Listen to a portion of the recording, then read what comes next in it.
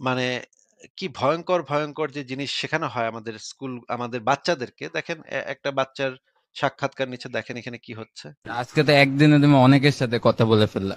হ্যাঁ, হ্যাঁ, অনেক ভালো লাগছে, অনেক প্লেয়ারের লোক কথা কইছি। এখন এখন তুমি কি আর কার সাথে কথা বলতে চাও, আর কার সাথে দেখা চাই মাশরাফি আর মুস্তাফিজ আর তাসকিন আর শরীফুল। আর সৌম্য সরকার? সাইফুদ্দিন। শম্ভু সরকার তো হিন্দু বলে আল্লাহ দেখা করতে চাই না। আচ্ছা, আচ্ছা গাইতে দিন। আচ্ছা, তারপরে মানে আপনারা দেখলেন যে একটা বাচ্চা ছেলে, বাংলাদেশের একটা বাচ্চা ছেলে, তাকে সাক্ষাৎকার, তারকে জিজ্ঞেস করা হচ্ছে যে কোন কোন ক্রিকেটারের সাথে তুমি দেখা করতে চাও, কথা বলতে চাও। সে সব ক্রিকেটারের সাথে দেখা করবে, কথা বলবে, তার খুব ইচ্ছা, কিন্তু সৌম্য সরকারের সাথে সে দেখা করবে না, কথাও বলবে না, কারণ সে তো হিন্দু পোলা। হুম, ও তো হিন্দু পোলা। মানে একটা বাচ্চার ভিতরে এই সাম্প্রদায়িকতা ঢুকায় দেওয়া হয়েছে। এই বাচ্চাটার ভিতরে বিষটা ঢুকায় দেওয়া হয়েছে। এই যে হাজার হাজার হাজার হাজার ওয়াজের মাধ্যমে, ওয়াজ মাহফিলের মাধ্যমে তাকে একটা বিষাক্ত সাপে পরিণত করা হয়েছে। সে এই বয়সে জানা গেছে যে কে হিন্দু পোলা, কার সাথে দেখা করা যাবে, কার সাথে দেখা করা যাবে না। এই বয়সে সে বুঝা গেছে এই জিনিসগুলা। তাইলে এ বড় হয়ে কি হবে? এর ইয়াটা কি হবে? এর মানে ভবিষ্যৎটা কি? এইগুলা নিয়ে তো আতঙ্কিত। আমি তো আতঙ্কিত। আমরা আতঙ্কিত হই। এখন এই যে মানে আমাদের হুজুরেরা কি বলতেছে? প্রত্যেকটা ওয়াজে আমাদের হুজুরেরা বলতেছে যে আ ইসেদের সাথে মানে সম্পর্ক রাখা যাবে না। অমুসলিমদের সাথে বন্ধুত্ব পর্যন্ত রাখা যাবে না। আমি আপনাকে আ আরেকটা ভিডিও দেখাবো।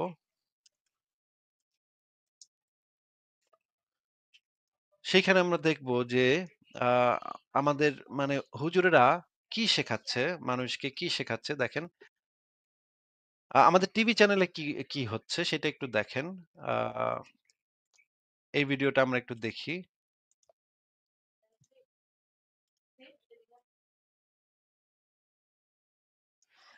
এই ভিডিওটা আমি একটু চালাচ্ছি। এখানে দেখা যাক কি বলে। হ্যাঁ, আমার মেয়ে হচ্ছে যেখানে টিউশনি পড়তে যায় সে টিচারটা হচ্ছে হিন্দু। তো উনি আমাকে সালাম দেন, কিন্তু আমি ওটার উত্তর দিতে পারি না। মানে আমি যতদূর জানি যে সালাম দেওয়াটা যাবে কিনা আমি ঠিক সঠিক জানি না। হুম তো হুম হুম। সেক্ষেত্রে কি করতে পারি? হ্যাঁ, এটা আসলে ধন্যবাদ। এটা আসলে আমাদের জন্য একটা সমস্যাই।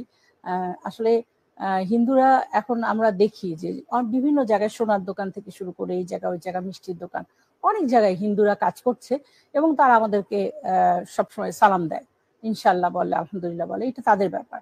কিন্তু আমাদের এক্ষেত্রে আসলে সালামের জবাবটা একটু ডিফারেন্ট। ওয়ালাইকুমের পরে আরেকটি শব্দ আছে, ওটা আমি নিজেও পারি না। তো ওটা হলো আসলে একটু কঠিন। ওটার অর্থটা হলো যে আপনার উপর গজব বর্ষিত হোক। তো যদি এটা আমরা না পারি, মানে ওই সালামের উত্তরটা যদি আমরা না পড়ি, তাহলে আমরা চুপ থাকবো এবং একান্তই যদি জবাব দিতেই হয় বা এসেই যায়, তাহলে ওয়ালাইকুম এইটুক পর্যন্ত আপনি উচ্চারণ করতে পারেন। মোটামুটি এরকম ধরনের মত আছে। তারপরে আপনি আপনারা চিন্তা করতে পারেন যে একটা টিভি চ্যানেলে ইসলামিক প্রশ্নের উত্তর হচ্ছে এখানে। এইখানে তাদেরকে শিখাই দিচ্ছে যে হিন্দুরা যদি সালাম দেয় তাহলে তাকে বলতে হবে আপনার উপরে গজব বর্ষিত হোক, আপনার উপর গজব নাজিল হোক। এইটা তাদেরকে বলতে হবে, হিন্দুদেরকে বলতে হবে। আমরা আরো কয়েকটা ভিডিও দেখি, এখানে দেখেন। আমাদের অনেক কলিগ আছে কিন্তু অমুসলিম, অনেক আছে সেই কলিগের সাথে মাশাআল্লাহ সম্পর্ক একেবারে অন্তরঙ্গ সম্পর্ক, চরম বন্ধুতা আছে না? আছে না কিছু লোক এরকম যে খুব বেশি অন্তরঙ্গ বন্ধুত্ব আছে? আবার স্কুল কলেজের অনেক আমাদের তরুণ যুবক যুবতী ভাইরা বোনেরা আছেন যাদের অনেক হিন্দু অথবা খ্রিস্টান অথবা বৌদ্ধ সহপাঠীরা আছে, যাদের সঙ্গে তাদের খুব বন্ধুত্বপূর্ণ সম্পর্ক। ইসলাম এক্ষেত্রে কি বলে, তাদেরকে বন্ধুরূপে গ্রহণ করা যাবে কি না? এর জবাবে বলবো যে ইসলাম কোন অমুসলিমকে অন্তরঙ্গ বন্ধুরূপে গ্রহণ করার অনুমোদন দেয় না। সাধারণ তথাকথিত বন্ধুত্ব বলা যেতে পারে, অর্থাৎ একজন অমুসলিম সহপাঠী, তার সঙ্গে আপনি পড়াশোনার কোনো বিষয় লেনদেন করছেন, আপনার সহকর্মী কলিগ, তার সাথে কোনো বোঝাপড়া আপনি বিনিময় করছেন, সেক্ষেত্রে করতে করতে তার কোনো ভালো গুণ আপনার ভালো লেগেছে, এই ভালো লাগা এটা দোষের কিছু না, এবং এর ফলে তার সাথে আপনার এক ধরনের সম্পর্ক হয়ে গেছে, এটাতেও দোষের কোনো কিছু না। আপনি এর ফলে তার সঙ্গে আসা যাওয়া করছেন, সে আপনার কাছে আসা যাওয়া করছে, এগুলোর কোনোটাতে দোষের কোনো কিছু না। অন্তরের গভীরে তাকে বন্ধুরূপে স্থান দেওয়া, যেটাকে বেতানা বলা হয়েছে কোরআনের ভাষায়, একেবারে ভেতরকার বন্ধু হিসেবে তাকে স্থান দেওয়া, এটার সুযোগ নাই। এই প্রসঙ্গে কোরআনে কারীম আল্লাহ সুবহানাহু ওয়া তাআলা বলেছেন, লা ইয়াত্তাখিযুল মুমিনুনাল কাফিরিনা আউলিয়া মিন দুনিল মুমিনিন। একজন মুসলমান অমুসলিমদের, বিশেষ করে বেশিরভাগ খেলোয়াড়াই অমুসলিম, এই অমুসলিমদের প্রতি ভালোবাসা প্রকাশ হয়, বিশেষ ভালোবাসা প্রকাশ হয়, এরকম কোনো কিছু একজন ইমানদার করতে পারেন না, এটা তার ইমানের সাথে যায় না। কোরআন কারীমে আল্লাহ তাআলা বলেছেন, কাইফা ইয়াহদিল্লাহু কওমান কাফারু বা'দা ঈমানিহিম ওয়া শাহিদু আন্না রাসূলুহু হাক্কুন ওয়া জাআহুম বায়িনাত ওয়াল্লাহু লা ইয়াহদিল কওমাজ যালিমিন উলাইকা জাযাহুম আন্না আলাইহিম লানাতুল্লাহি ওয়াল মালাইকাতি ওয়ান নাস আজমাইন। আল্লাহ কিভাবে তাদেরকে হেদায়েত দিবেন? যাদের কাছে রাসূল সমস্ত প্রমাণ নিয়ে আসে তারপরে ঈমান আনে নাই তারা, এদের উপর আল্লাহ লানত হয়, অর্থাৎ সমস্ত কাফেরের উপর আল্লাহ লানত হয়। বুঝে আসছে কথা? মালউন, এরা অভিশপ্ত। এটা আমরা যদি কখনো কখনো এই জন্য আমাদের কোনো মানুষ দেখি যদি কোনো অমুসলিমদের মালউন বলে, অনেকে রাগ করে, অনেকে চেতে দেয়, অথচ মালউন তো অবশ্যই সত্য। হিন্দুদের সাথে খাবার খাওয়া যাবে কি?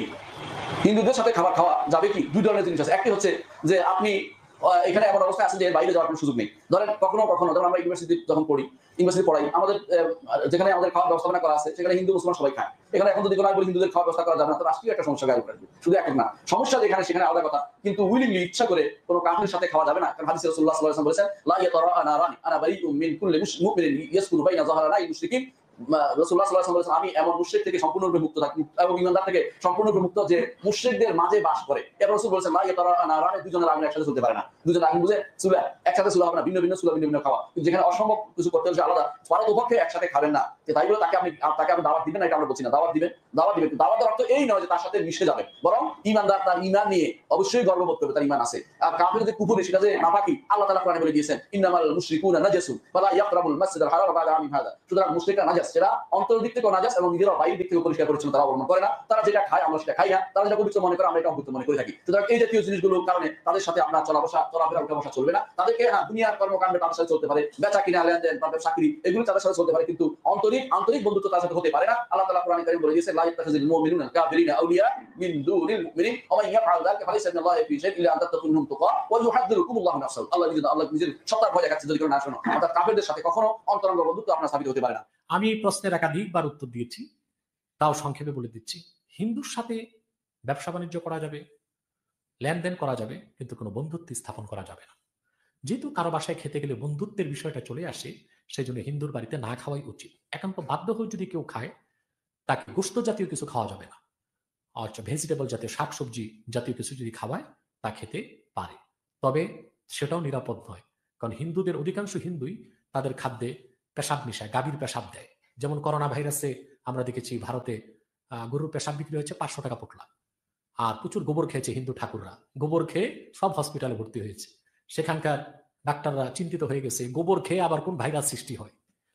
প্রচুর মুসলমানরাও এই পেশাব বিক্রি করেছে পোটলায় করে করে, 500 টাকা করে পোটলা বিক্রি হয়েছে পেশাব।